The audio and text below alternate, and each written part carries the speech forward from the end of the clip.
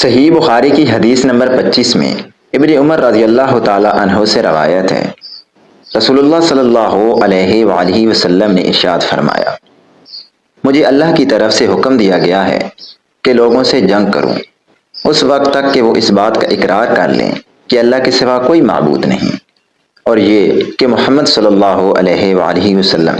اللہ کے سچے رسول ہیں، اور نماز ادا کرنے لگیں اور زکوٰۃ دیں۔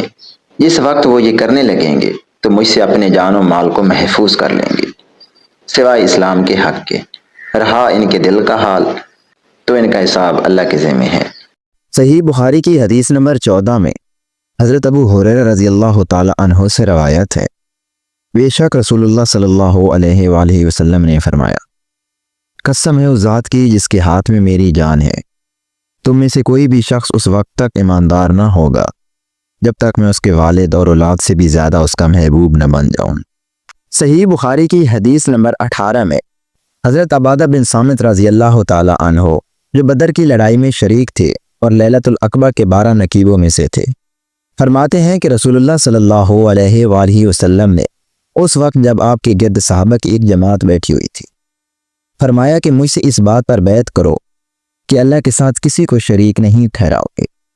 چوری نہیں کرو گے، زنا نہیں کرو گے، اپنی اولاد کو قتل نہیں کرو گے، اور نہ عمدن کسی پر کوئی ناحق بہتان باندھو گے، اور کسی بھی اچھی بات میں اللہ کی نافرمانی نہیں کرو گے۔ جو کوئی تم میں سے اس عہد کو پورا کرے گا تو اس کا ثواب اللہ کے ذمہ ہے،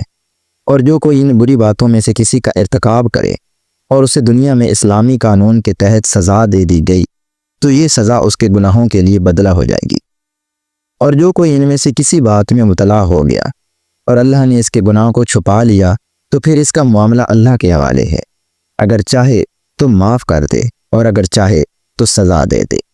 عبادہ رضی اللہ تعالی عنہ کہتے ہیں کہ پھر ہم سب نے ان سب باتوں پر آپ صلی اللہ علیہ وآلہ وسلم سے بیعت کر لی۔